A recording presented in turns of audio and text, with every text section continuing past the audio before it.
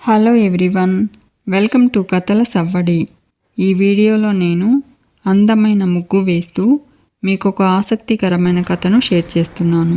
Priya US వెళ్ళిపోతున్నాను అని చెప్పడంతో విక్రమ్ కృష్ణ హ్యాపీగా ఫీల్ అవుతాడు. రాధ దగ్గరకు వచ్చి రాధను ఎత్తుకుని రౌండ్గా తిప్పుతూ తన హ్యాపీనెస్ని షేర్ చేసుకుంటాడు. రాధ కూడా హ్యాపీగా ఫీల్ అవుతుంది. విక్రమ్ కృష్ణ తనతో క్లోజ్గా మూవ్ అవ్వడంతో రాధ విక్రమ్ కృష్ణతో ప్రేమను ఫీల్ అవుతుంది. రాధ విక్రమ్ కృష్ణ కోసం పాయసం చేసి ఇంటి బయట సంతోషంలో తేలిపోతూ ఉన్న విక్రమ్ కృష్ణ దగ్గరకు వచ్చి విక్రమ్ కృష్ణకు పాయసం ఇస్తుంది. విక్రమ్ కృష్ణ ఇంత సడన్గా ఈ స్వీట్ ఎందుకు చేశావని రాధను అడుగుతాడు. రాధ, ప్రియా అమెరికా వెళ్ళిపోతున్నందుకు హ్యాపీగా ఫీల్ అవుతున్నాం కదా, నీకు ఇష్టమని స్వీట్ చేశాను అంటుంది. విక్రమ్ కృష్ణ, ప్రియ వెళ్ళిపోతే నేను హ్యాపీగా ఫీల్ అవ్వాలి కానీ నువ్వెందుకు హ్యాపీగా ఫీల్ అవుతున్నావు అని అడుగుతాడు. ఈ మధ్య నువ్వు నా ఇష్టాల మీద ఎక్కువగా కాన్సన్ట్రేట్ చేస్తున్నట్టున్నావు కదా అని అడుగుతాడు. ఆ మధ్య మామయ్య నన్నేదో అంటే నేను డల్గా ఉంటే నాకు ఇష్టమైన స్వీట్ చేసి తీసుకొచ్చావు. ఇప్పుడు ప్రియా అమెరికా వెళ్ళిపోతూ ఉంటే నేను హ్యాపీగా ఫీల్ అవుతూ ఉంటే నాకు ఇష్టమైన స్వీట్ చేసి తీసుకొచ్చావు. అంటే నా ఇష్టాల మీద నువ్వు కాన్సన్ట్రేట్ చేస్తున్నావనే కదా అర్థం అని అడుగుతాడు. ఆ కాన్సన్ట్రేషన్ నా ఇష్టాల వరకు మాత్రమే ఉందా, లేక నా మీద కూడా కాన్సన్ట్రేషన్ మొదలైందా? అలాంటిది ఏమైనా ఉంటే వెంటనే తీసేయి. నువ్వు నాకు ఆపద్ధర్మ పత్నివే తప్ప అసలైన ధర్మపత్నివి కాదు కాబట్టి అంటాడు. అప్పుడే ప్రియా లగేజ్తో ఇంటి నుంచి బయటకు వెళ్ళిపోతూ రాధ విక్రమ్ కృష్ణను చూసి ఆగుతుంది. విక్రమ్ కృష్ణ రాధతో, ప్రియతో పెళ్లి తప్పించుకోవడం కోసం ఆపద్ధర్మంగా నేను అగ్రిమెంట్ మ్యారేజ్ చేసుకున్నాను. అంతే తప్ప నీతో అన్యోన్యంగా కాపురం చేస్తూ ఉండడానికో నాకు ఇష్టమైన వంటలు నీ చేత చేయించుకుని తినడానికో నిన్ను అగ్రిమెంట్ మ్యారేజ్ చేసుకోలేదు. సో నువ్వు నా మీద ఎంత కాన్సన్ట్రేట్ చేసినా కూడా నీకే ఉపయోగం ఉండదు, గుర్తు పెట్టుకో అని చెప్పి విక్రమ్ కృష్ణ వెళ్ళిపోతూ ఉంటే రాధ ఒక్క నిమిషం అంటుంది. విక్రమ్ కృష్ణతో, ఏం మాట్లాడుతున్నావు, నా గురించి ఏమనుకుంటున్నావు? నేను నీ పెళ్ళాంగా పర్మనెంట్గా ఇంట్లో సెటిల్ అయిపోతాను అనుకుంటున్నావా? నేనే కాదు, నీలాంటి మెంటాలిటీ గాడితో పర్మనెంట్గా సెటిల్ అయిపోవాలని ఏ అమ్మాయి కోరుకోదు. నీ అవసరం కోసం నన్ను అగ్రిమెంట్ పెళ్లి చేసుకున్నావు. నా అవసరం కోసం నేను అగ్రిమెంట్ పెళ్లికి ఒప్పుకున్నాను. మన ఇద్దరి మధ్య అగ్రిమెంటే తప్ప ప్రేమలు బంధాలు లేవు అన్న విషయం నేనెప్పుడూ మర్చిపోలేదు, మర్చిపోను కూడా. కానీ నువ్వే ఆ విషయాలన్నీ మర్చిపోయి నేనేదో నీ సొంత పెళ్ళాంలా నన్ను ఎత్తుకుని గిరగిరా తిప్పావు. అసలు నా పర్మిషన్ లేకుండా సొంత పెళ్ళాంలా ఎత్తుకోవడానికి నువ్వెవడివి అని అడుగుతుంది. విక్రమ్ కృష్ణ, నేనేమీ సొంత పెళ్ళాన్ని ఎత్తుకున్నట్టు ఎత్తుకోలేదు అంటాడు. రాధ, మరి అద్దె పెళ్ళాన్ని ఎత్తుకున్నట్టు ఎత్తుకున్నావా అని అడుగుతుంది. విక్రమ్ కృష్ణ, ప్రియా వెళ్ళిపోతుందన్న ఆనందం ఎవరితో ఎలా పంచుకోవాలో తెలియక అలా చేశాను అంటాడు. అలా ఎత్తుకున్నప్పుడు నాకు ఒక చిన్న పిల్లని ఎత్తుకున్నానన్న ఫీలింగే తప్ప నేను ఒక అమ్మాయిని ఎత్తుకున్నానన్న ఫీలింగ్ లేదు తెలుసా అంటాడు. రాధా, నీకు ఫీలింగ్స్ లేకపోతే ఎదుటి వాళ్లకు ఫీలింగ్స్ ఉండవా? ఇంకెప్పుడు ఎదుటి వాళ్ళ ఫీలింగ్స్తో ఆడుకోవద్దు అంటుంది. విక్రమ్ కృష్ణ, సర్లే వదిలే అంటాడు. రాధా, ఏంటి వదిలేసేది? నువ్వేదో హ్యాపీగా ఉన్నావు కదా, నోరు తీపి చేద్దామని స్వీట్ తీసుకొని వస్తే ఇలా వంకరగా మాట్లాడి వదిలేయమంటావేంటి? ఇంకోసారి నా గురించి ఇలా పిచ్చి పిచ్చిగా మాట్లాడావంటే మాత్రం ఏం చేస్తానో నాకే తెలియదు అంటుంది. విక్రమ్ కృష్ణ, ఏం చేస్తావు చెప్పు? అగ్రిమెంట్ క్యాన్సిల్ చేసుకుని వెళ్ళిపోతానంటావు అంతే కదా? చీటికి మాటికి అగ్రిమెంట్ క్యాన్సిల్ చేసుకుని వెళ్ళిపోతానని బెదిరిస్తావు కదా. ఇప్పుడే వెళ్ళిపో. ప్రియా అమెరికా వెళ్ళిపోతుంది కాబట్టి ఇక నువ్వు నాకు అక్కర్లేదు, అగ్రిమెంట్ పెళ్ళి అక్కర్లేదు. నువ్వు వెళ్ళిపోతే నేను చాలా హ్యాపీగా ఫీల్ అవుతాను. వెళ్ళిపో అంటాడు విక్రమ్ కృష్ణ. రాధా, నీ అవసరం తీరగానే వెళ్ళిపోమంటే వెళ్ళిపోతానా? నా అవసరం కూడా తీరాలి కదా అంటుంది. విక్రమ్ కృష్ణ, నువ్వు వెళ్ళిపోయినా కూడా నీ అవసరం తీరుస్తాను అంటాడు. రాధా, నీ మీద నాకు నమ్మకం లేదు అంటుంది. విక్రమ్ కృష్ణ, నా మీద నమ్మకం లేకుండానే అగ్రిమెంట్ పెళ్లి చేసుకున్నావా అంటాడు. రాధా, నీ మీద నమ్మకంతో కాదు, నువ్వు ఇలా తోక జాడిస్తే ఆ తోకను కట్ చేయగలనని నా మీద నాకున్న నమ్మకంతో చేసుకున్నాను అంటూ రాధ వెళ్ళిపోతూ ఉంటుంది.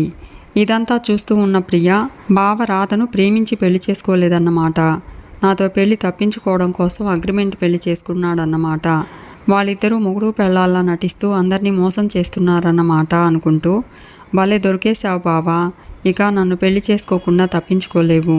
మీ అగ్రిమెంట్ పెళ్లి విషయం బయటపెట్టి నువ్వు నా మెడలో తాళి కట్టేలా చేస్తా అనుకుంటూ ప్రియా హ్యాపీగా ఫీల్ అవుతూ దమయంతి దగ్గరకు వస్తుంది. దమయంతికి విషయం చెప్పడంతో దమయంతి కూడా హ్యాపీగా ఫీల్ అవుతుంది. ఇక రాధ రూమ్ లోపలికి వచ్చి కోపంగా ఉంటుంది. విక్రమ్ కృష్ణ కూడా రూమ్ లోపలికి వచ్చి రాధను చూసి చాలా సీరియస్గా ఉంది, ఎలాగోలా కూల్ చేయాలి అనుకుంటాడు. రాధ పక్కనే కూర్చుని రాధతో నువ్వు చేసిన స్వీట్ చాలా చాలా బాగుంది అంటూ కోర్స్ నువ్వు ఏం చేసినా బాగుంటుందనుకో అంటాడు. మేడం గారు చాలా హాట్గా ఉన్నారు అంటూ అలాంటి హాట్ కాదు కోపంగా ఉన్నావు అంటున్నాను అంటాడు. నేను ఇందాక అలా మాట్లాడినందుకు నువ్వు చాలా ఫీల్ అయ్యావని నాకు అర్థమైంది అంటాడు. నువ్వు స్వీట్ తీసుకురావడం కంటే ముందు స్టేషన్ నుంచి ఏదో కేసు గురించి ఫోన్ వచ్చింది. ఆ ఇరిటేషన్లో ఉన్నప్పుడు నువ్వు వచ్చావు. ఆ ఇరిటేషన్లో నేను ఏదేదో మాట్లాడేశాను, అలా బాధ పెట్టేశాను. సారీ చెప్తే నీ కోపము బాధ తగ్గుతాయనుకుంటున్నాను అంటాడు. రాధ ఎదుటి వాళ్లను బాధ పెట్టడమే తప్ప సారీ చెప్పడం కూడా నీ మొహానికి తెలుసా అంటూ లేచి వెళ్ళి డోర్ క్లోజ్ చేసి చాప పరుచుకుని కింద పడుకుంటుంది రాధ. విక్రమ్ కృష్ణ లేజర్ లైట్తో రూఫ్ మీద సారీ అనే లెటర్స్ని ప్లే చేస్తాడు. రాధ రూఫ్ మీద సారీ చూసి హ్యాపీ ఫీల్ అవుతుంది. విక్రమ్ కృష్ణ నాది సారీ చెప్పే మొహమేనా అన్నావు కదా, చూడు నా మొహం సారీ చెప్తుంది అంటాడు. రాధ చాలే ఓవర్ యాక్షన్, అలా నోటికొచ్చినట్లు మాట్లాడడం తర్వాత సారీ చెప్పడం తమరికి అలవాటే కదా అంటుంది. విక్రమ్ కృష్ణ అంటే నా మీద కోపం తగ్గినట్లేనా అని అడుగుతాడు. రాధ స్టేషన్ నుంచి ఏదో ఫోన్ వచ్చింది, ఆ ఇరిటేషన్లో అలా మాట్లాడాను అని చెప్పావు కదా, అందుకే తగ్గింది. అయినా నేను నీలా కాదు, ఎదుటి వాళ్ళ పరిస్థితిని మాటల్ని అర్థం చేసుకోగలను అంటుంది రాధ. విక్రమ్ కృష్ణ నువ్వు ఇంకొకటి కూడా చేయగలవు అంటాడు. అబద్ధాన్ని కూడా ఇట్టే నమ్మేయగలవు అంటాడు. రాధ షాక్ అవుతూ అంటే స్టేషన్ నుంచి నీకు ఫోన్ రావడం అబద్ధమా అంటుంది. విక్రమ్ కృష్ణ ఏమో నాకేం తెలుసు, నువ్వు నిజం అనుకుంటే నిజం, అబద్ధం అనుకుంటే అబద్ధం అంటాడు. రాధ ఇరిటేట్ అవుతూ నిన్ను అంటూ కోపంగా టోటల్ వేస్ట్ అనుకుంటుంది. Vikram Krishna thank you good night అంటాడు. ఇదంతా విండోలో నుంచి దమయంతి ప్రియా చూస్తారు. దమయంతి ఇంతకాలం అన్యోన్య దంపతుల్లో నటిస్తూ దమయంతిని మోసం చేశారు కదా, ఇప్పుడు చూడు ఈ దమయంతి అంటే ఏంటో మీకే అర్థమవుతుంది అనుకుంటుంది. ఇక ప్రియా రాధ పూజ చేసి విక్రమ్ కృష్ణకు హారతి ఇస్తూ ఉంటే దమయంతి ఆ హారతి పళ్ళెంని కిందికి తోసేసి విక్రమ్ కృష్ణ రాధల అగ్రిమెంట్ పెళ్లి గురించి అందరికీ చెప్పి రాధను బయటకు గెంటేసినట్లు కలగంటుంది. ప్రియా నిద్రలేచి ఇది కళ అనుకుంటూ కాసేపట్లో మామయ్య వస్తారు, నా కళ నిజం చేస్తారు అనుకుంటుంది. ఇక దమయంతి భవానీ శంకర్ని కలిసి రాధ విక్రమ్ కృష్ణల అగ్రిమెంట్ మ్యారేజ్ గురించి చెప్తుంది. ఆ డాక్యుమెంట్స్ ఎక్కడున్నాయో తెలుసుకుని వాళ్ళతో అసలైన చదరంగం మొదలు పెట్టాలి అంటుంది. భవానీ శంకర్ దమయంతికి ఆల్ ద బెస్ట్ చెప్తాడు. ఇక రాధ విక్రమ్ కృష్ణకు సారీ చెప్పడం గుర్తు చేసుకుంటూ విక్రమ్ కృష్ణ డ్రెస్ ఐరన్ చేస్తూ ఉంటుంది. విక్రమ్ కృష్ణ రాధ ఐరన్ చేసిన డ్రెస్ తనకు వద్దని చెప్పి తనకిష్టమైన డ్రెస్ వేసుకుంటాడు. తను ఐరన్ చేసిన డ్రెస్ చిట్టికి ఇష్టమని చెప్పడంతో విక్రమ్ కృష్ణ రాధ ఐరన్ చేసిన డ్రెస్ని వేసుకుంటాడు. ఇక విక్రమ్ కృష్ణ రామలింగంతో కలిసి బ్యాండ్ బాజాలతో డాన్స్ చేస్తూ ఉంటాడు. రాధ కూడా జాయిన్ అయి డాన్స్ చేస్తుంది. రాధ ఆగండి అంటూ ఏంటి తీన్మార్ అంటుంది. విక్రమ్ కృష్ణ ప్రియా అమెరికా వెళ్ళిపోతున్నందుకు రాత్రి రహస్యంగా డ్యాన్స్ వేసుకున్నాం, ఇప్పుడు బహిరంగంగా వేసుకుంటున్నాం అంటాడు. రాధ మరీ ఇంత బహిరంగంగా వేయడం అవసరమా అంటుంది. విక్రమ్ కృష్ణ అత్యవసరం అంటాడు. రామలింగంతో బొకే స్వీట్స్ తెప్పించావా అని అడుగుతాడు. రామలింగం లవంగంకి చెప్పాను అంటాడు. విక్రమ్ కృష్ణ తెచ్చాడో లేదో చూద్దాం పదా అంటూ బ్యాండ్ వాళ్ళతో నేను లోపలికి వెళ్ళి విసిల్ వేస్తాను, అప్పుడు వాయించండి అని చెప్పి ఇంట్లోకి వెళ్ళి లవంగంని పిలిచి బొకే స్వీట్స్ తీసుకుని కేక్ ఎక్కడా అంటాడు. లవంగం కేక్ తీసుకుని వస్తాడు. అందరూ హాల్లోకి వస్తారు. నందగోపాల్ సునంద ఏమైందని అడుగుతారు. నందగోపాల్ బొకే తెప్పించావు, ఎవరైనా వస్తున్నారా అని అడుగుతాడు. విక్రమ్ కృష్ణ ఇంటి నుంచి వెళ్ళిపోతూ ఉన్న ప్రియకు ఇవ్వడానికి తెప్పించాను అంటూ ప్రియను పిలిచి ప్రియకు బొకే ఇచ్చి స్వీట్ తినిపిస్తాడు. ప్రియతో సెల్ఫీలు తీసుకుంటాడు. ప్రియ ఏంటిదంతా అని అడుగుతుంది. విక్రమ్ కృష్ణ ఇంకా చాలా ఉంది అంటూ ప్రియను ఇంటి బయటకు తీసుకొస్తాడు. బ్యాండ్ వాళ్ళను వాయించమని చెప్పి రామలింగంతో కలిసి డ్యాన్స్ చేస్తూ ఉంటాడు విక్రమ్ కృష్ణ. ప్రియ ఆగండి అంటూ ఏంటి హడావిడి, ఇప్పుడైనా చెప్పు అంటుంది. విక్రమ్ కృష్ణ నువ్వు అమెరికా వెళ్ళిపోతున్నావు కదా అందుకు అంటాడు. ప్రియ నేను వెళ్ళడం లేదు కదా అంటుంది. విక్రమ్ కృష్ణతో పాటు రామలింగం, రాధ, సునంద షాక్ అవుతారు. విక్రమ్ కృష్ణ జోక్ చేస్తున్నావు కదా అంటాడు. ప్రియ నిజంగానే వెళ్ళడం లేదు అంటుంది. విక్రమ్ కృష్ణ ఎందుకు వెళ్ళడం లేదని అడుగుతాడు. ప్రియ నీకు తెలీదా అంటుంది. విక్రమ్ కృష్ణ తెలీదు అంటాడు. ప్రియ నీకు తెలియకపోయినా రాధకు తెలుస్తుందిలే అంటుంది. రాధ నాకు తెలీదు అంటుంది. నందగోపాల్ మాకు కూడా తెలీదు అంటూ ఉంటే వసుంధర, రామచంద్రయ్య ఎవరికి తెలిసినా తెలియకపోయినా మాకు చాలా సంతోషంగా ఉందంటారు. విక్రమ్ కృష్ణ నాకు మాత్రం చాలా బాధగా ఉంది అంటాడు. అంత ఖర్చు పెట్టి టికెట్ కొన్నావు, అంత ఖర్చు పెట్టి బ్యాండ్ మేళం పెట్టాము, వెళ్ళకపోతే ఈ ఖర్చంతా వేస్ట్ అయిపోతుందని నా బాధ అంటాడు. నా బాధ తగ్గాలంటే నువ్వెందుకు వెళ్ళడం లేదో కరెక్ట్ రీజన్ తెలియాలి ప్రియా అంటాడు. ప్రియా, నేను అమెరికా వెళ్ళకపోవడానికి కరెక్ట్ రీజన్ నువ్వు రాధా మీ పెళ్ళి అంటూ, నాకేం తెలియదు అనుకుంటున్నావా అంటూ అగ్రిమెంట్ వ్యవహారం చెప్పబోతూ ఉంటుంది. అప్పుడే కారులో వచ్చిన దమయంతి బేబీ అంటూ అరవడంతో ఆగిపోతుంది ప్రియా. దమయంతి ప్రియ దగ్గరకు వస్తుంది. విక్రమ్ కృష్ణతో నువ్వు రాధా పెళ్లి చేసుకున్నందుకు తను ఫీల్ అయిన దానికంటే నన్ను వదిలి వెళ్ళలేకే ప్రియ ఆగిపోయింది అంటుంది. ప్రియా, అమ్మ ఏం మాట్లాడుతున్నావు అంటూ ఉంటే దమయంతి, నాకు తెలుసు ప్రియా, నేను లేకపోతే నువ్వు ఉండలేవు అంటూ ప్రియను ఓదార్చినట్లు నటించి ప్రియను లోపలికి తీసుకెళ్తుంది. దమయంతి ప్రియతో అగ్రిమెంట్ మ్యారేజ్కి సంబంధించిన డాక్యుమెంట్స్ దొరికేంత వరకు ఆగమని చెప్తుంది. వాళ్ళ పెళ్లి నాటకానికి వాళ్ళ చేతే తెర తెంపిస్తాను అంటుంది దమయంతి. ప్రియ అమెరికా వెళ్లకుండా ఆగిపోయినందుకు దిగులుగా కూర్చుని ఉంటాడు విక్రమ్ కృష్ణ. రామలింగం బ్యాండ్ వాళ్లతో సాంగ్స్ వాయిస్తూ ఉంటాడు. విక్రమ్ కృష్ణ ఆపండ్రా, ఆ పాట వాయించడం అవసరమా అంటాడు.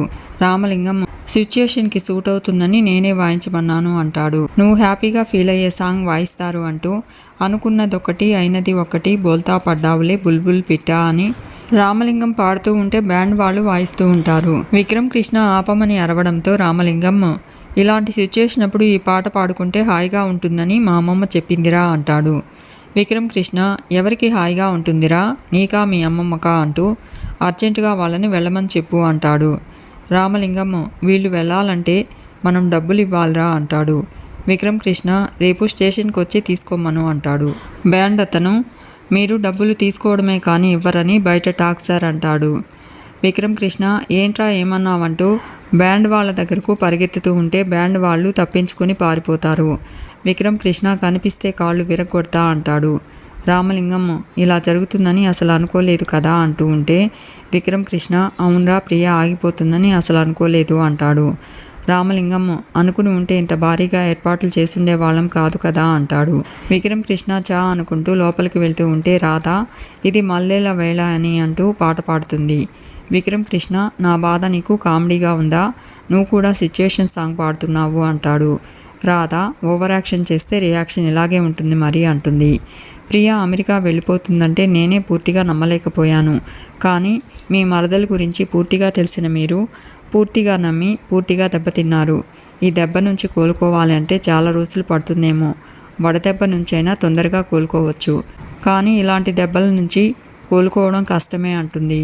విక్రమ్ కృష్ణ, నేను అసలే దెబ్బతిన్న పులిని, నన్ను ఇరిటేట్ చేశావంటే అంటాడు. రాధ, ఏం చేస్తారు, ఇంకోసారి దెబ్బతింటారా అంటూ నవ్వుతూ ఉంటుంది. విక్రమ్ కృష్ణ, నా బాధ నీకు నవ్వు తెప్పిస్తుందా, నీలో పెద్ద శాడిస్ట్ ఉంది అంటాడు. రాధ, నాలో శాడిస్ట్ ఉందో, గిటారిస్ట్ ఉందో, ఫ్లూటిస్ట్ ఉందో తర్వాత ఆలోచించవచ్చు, ముందు ప్రియ ఎందుకు ఆగిపోయిందో అది ఆలోచించండి అంటుంది. విక్రమ్ కృష్ణ, అత్తయ్యను వదిలి వెళ్ళలేక ఆగిపోయిందని చెప్పింది కదా అంటాడు. రాధ, అని ఆవిడ చెప్తే మీరు నమ్మేస్తారా, మీరేం పోలీస్ అండి బాబు అంటుంది. విక్రమ్ కృష్ణ, నన్నేమైనా అంటే ఊరుకుంటాను కానీ నా ఉద్యోగాన్ని అంటే ఊరుకోను అంటాడు.